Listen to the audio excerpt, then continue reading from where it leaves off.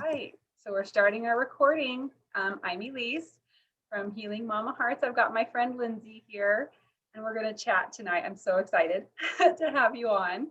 Um, Thank you. and so I just want to talk to you ladies out there. I'm so excited that we get to help support you guys in this journey of motherhood and postpartum depression. It sucks. And so we just want to help anybody out there who needs it. So tonight's topic is about feeding that beautiful baby, right? Um, and how a lot of, I think when people have such high hopes and wishes to breastfeed or to do whatever, and you get this idea in your head, and if it doesn't work out perfectly that way, and you get just grief can come, and sadness and stress and guilt, of not being able to do it the way you thought it was supposed to happen. And so Lyndsy and I are just going to talk tonight about how it's best just to be fed. Feed that baby. That's the best thing that we can do. So Lyndsy, you made a post about how you pumped for 9 months. And I was just like, wow, that is amazing. So can you tell us kind of how that went? How was that journey for you?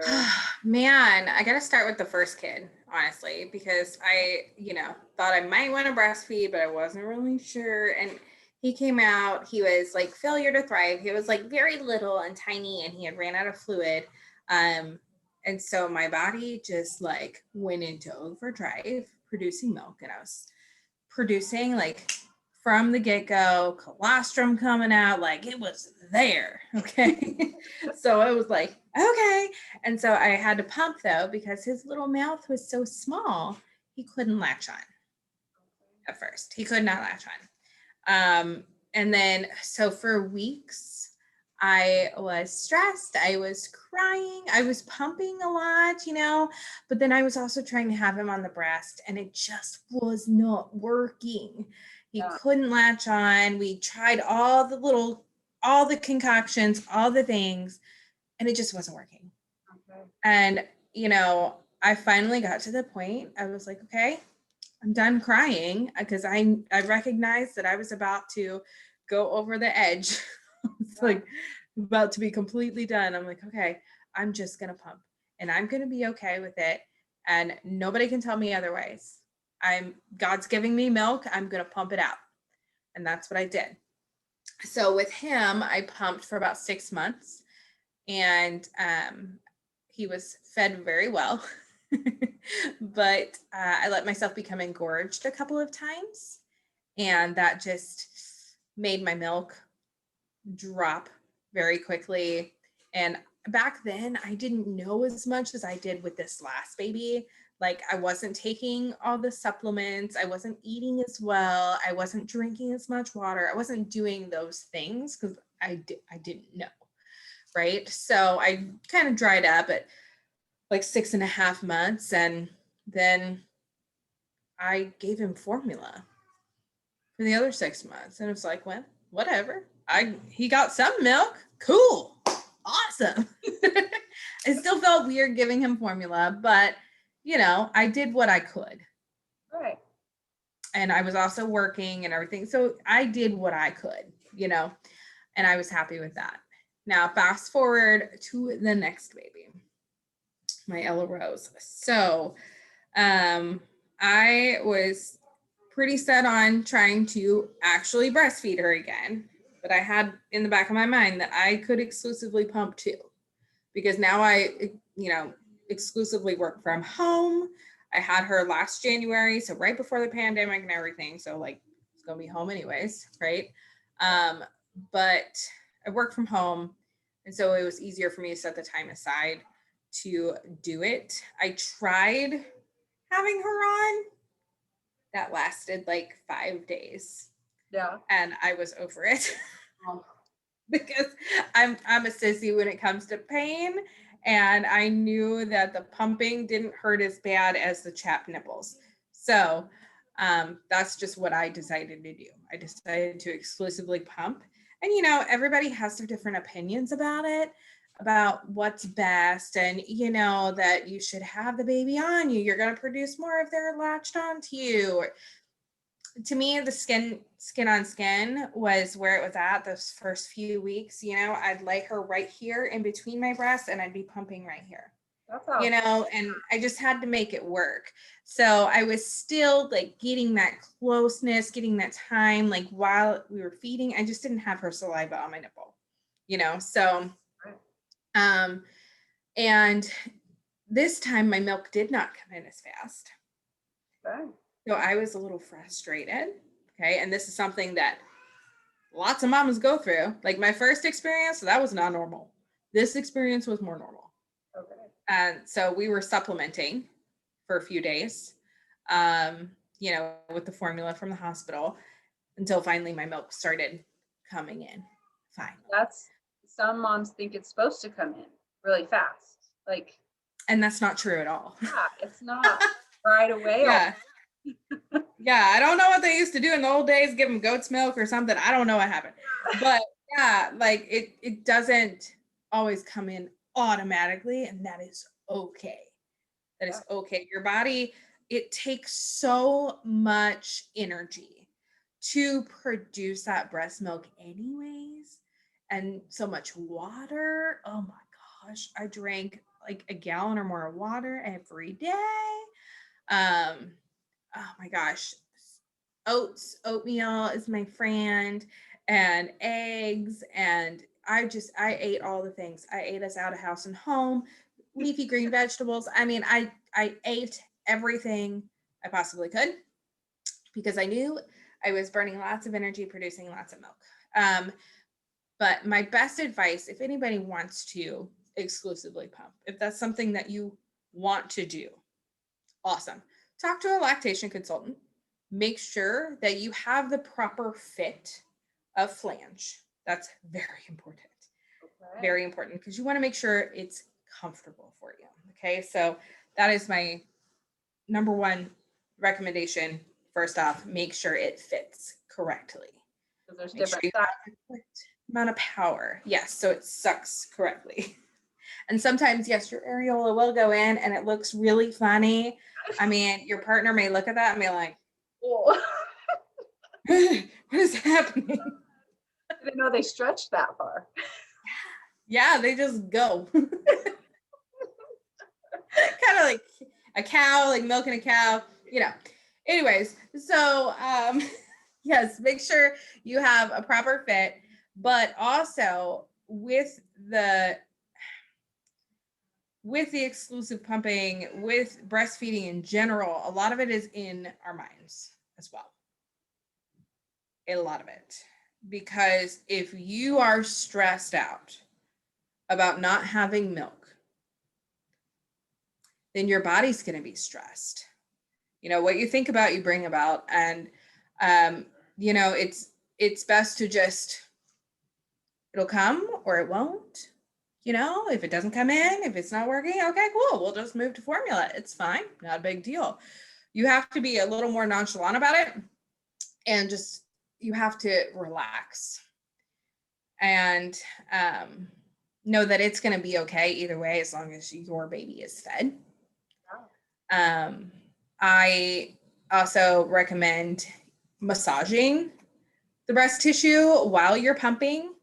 I recommend pumping on a very consistent schedule. I learned this from Pinterest, but you have to be consistent with it. If you're doing it like exclusively, you have to be consistent. And that can be so hard, especially in the middle of the night when you just want to sleep because the baby's asleep, but you got to pump. Otherwise, your body will think, oh, so the baby doesn't need milk during this time. Okay, no problem. Because your body will do exactly what it tells you to do, right? So if the milk is flowing well, and sometimes it just doesn't come, and that's okay too. All right. But sucking. I would pump every 2 hours, like clockwork, for the first, I think I did that for the first 2 months. Wow. Sometimes I would get a little lazy at night and like, you know, maybe 3 or 4 hours. Yeah. But consistency is key with that.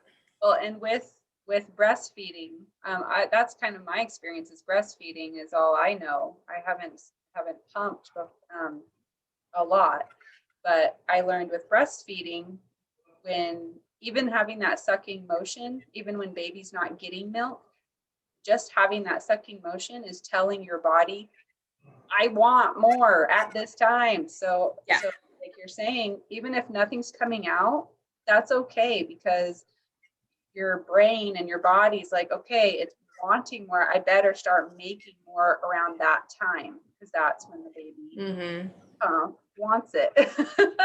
Yeah. Just, it can take a little while and your body learns the timing. So even with baby or with pump, it figures out, okay, the baby feeds at this time, and this time. Those are the times I'm going to be making milk. So like you're saying, you have to be on the schedule yeah, you have to be on a schedule. You have to train yourself, train your breasts. And it's also, I wanted to mention, it's very important to make sure your breasts are empty when you're done pumping. Because babies have a different kind of suck. They can suck you dry, right? It's a different motion. The pump, it's very similar, but it's not as it's not the same. Okay. So any mom I'm giving advice to, I always say you gotta pump longer than they tell you to. So a lot of times when I look online and I see some information, they're saying like, pump for 15 minutes, 20 minutes. What I found to be best for me and to make sure I was completely empty. And again, I massaging, making sure everything is out. That's how I avoided mastitis both times. What? Amazing. But you gotta like get it out. And it can take 30 minutes, 40 minutes. Sometimes you just gotta carve out that time and have the baby in the rocker beside you. Yeah. So yeah. I don't even know. Okay. I don't even know what I was gonna say. That's all right. You were on your post, you also mentioned donating. That is so awesome that you were able to donate to friends that were in need. How cool is that? That would be so, that's like my oh, that's so cool. Yeah. I'd love to be able to help out a baby, but I've only had enough for my own. But I just wanted to say you're so awesome. That's so cool.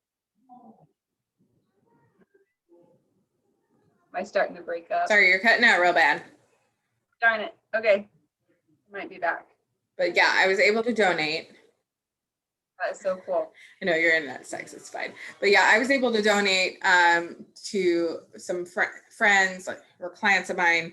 One had a very small sick baby. The other one had mastitis, super bad. She didn't realize she had mastitis until she almost needed to be hospitalized for it. It was pretty bad. So I donated milk to her. And then also my little sister had her baby 6 months after me. And so I wanted to make sure that I had enough pumped so I could get my baby past a year, but also get a little bit extra for her baby. So I was able to give her quite a bit too. So got her through her first 4 months. Wow. That's so my sister was pumping too, but between the two of us got her through her first 4 months, so and Ella, we just finished up her breast milk a couple weeks ago. For the last 2 months, we've just been giving it to her at night in a bottle, but pretty proud of that. We made it only that until 13 months, only breast milk and food here and there. But yeah, I was pretty proud of that considering I only pumped for 9 months. But to be able to provide fully for my baby and for some other mamas and their babies, and yeah, it was good. That's so good. That's awesome. But I love that you still say, are in support of formula and that it's not a bad thing. It's not any you know, they've made it so it's good for babies. And so if you need to use it, there's no shame. There's no Right. And breastfeeding is a trend. I mean, have you heard that before? That, you know, back in like the 60s and stuff, they started just giving babies milk in bottles and formula because of the way it looked and it was more convenient. And they didn't recommend breastfeeding as much back then. And right, now we're more focused on the breastfeeding because we know it's so good for us and so good for the babies, right? But just know it's not the only way. right. I was talking to my friend about this the other day. You know, she's been trying to exclusively pump. She's been struggling with it. And her mental health was taking a toll because she was very stressed out about it. She was doing all the things. She was eating the things. She was taking the supplements. She was, you know, drinking the water. She was doing all the things. But she was so stressed out about it. Milk was just not coming out. She was getting maybe like half an ounce. Like that was it all day long. And she would just sit there and pump. And I'm like, fed is best, girlfriend. Fed is best. Don't worry about it. Yeah, I think that we've forced just the breastfeeding so much, and we're like, this is it. This is how you should do it. That when we're not able to, it's like we're like, oh, Yeah. we have so much Yeah. guilt, and it shouldn't be that way. It shouldn't. I don't. It should be a balance of both. You know. Yeah. And mama should know that there are alternative options, you know, like pumping, exclusively pumping. That's something that they don't usually talk about. And, you know, when I talked to a lactation consultant here about it, she was like, you're doing what? You're Hmm. exclusively pumping? Like, I got a little slack from her for it, but you know what? It's okay because that's what I wanted to do. Oh. Doesn't matter just because it's not normal. There's nothing about me that's normal. But yeah, but there's, you know, that's what I wanted to do, how I felt comfortable. And that's what we did. And it worked and it's fine. So if you're not comfortable breastfeeding in general, maybe you're like, I hate this. I hate the baby being on me. Stop forcing yourself to do it. Yeah. Stop it. I know lots of moms who have fought through that. Don't do it. Don't do it. Don't do that to yourself. Don't do that to your baby. It's better for your mental health just to feed your baby Love that. anything. I love that Not message. anything, you know.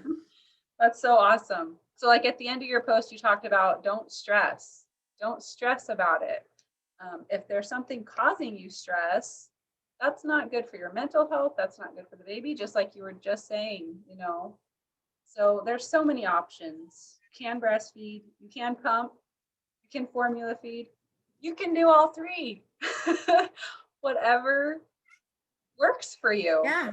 I mean, I feel so just sad for the moms out there that feel stuck with one. They think only one option is okay. When there's so many options that you can do, you can try different things. You can Yeah. eat a little and And give them breast milk and pump and feed sometimes yeah. exclusively. Yeah, like do a variety. Variety's the spice of life, right? Like, give Right. them We have give them the options. breast in the morning, you know, formula in the daytime, and then at night, maybe on the boob again or not. It doesn't matter. Yeah. Doesn't matter. As long as they're fed, they're happy. It's okay. You know, some may like, you know, breast milk more or whatever because it's sweeter, but it doesn't really matter. Yeah. They'll drink it if they're hungry. Yeah. Yeah. They'll And eat don't let anybody pressure you one way or another. Like, do what's best for you. Do what you feel is best for you and your children. Don't listen to your other people over here. They're not in here. They're not feeling what you're feeling. They're not going through what you're going through. You know, outside opinions, you know, we can hear them. They're around us, you know, mother-in-laws, friends, whatever, but that's not you. That's not how you feel inside and what you feel is right and what you feel is best. You are mom. And if you feel that it's best that you breastfeed, do it. If you feel it's best that you try to pump, do it. If you feel it's best that you put them on a bottle, do it. Yeah. Do what's best for you, mama. Yeah. And if you're feeling guilt or stress, it's okay to try other things. Yes. Mhm. Love it. You're awesome.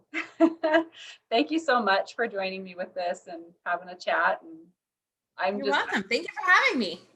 I hope this helps mamas out there. So, all Me right. too. All right, you ladies have a good night.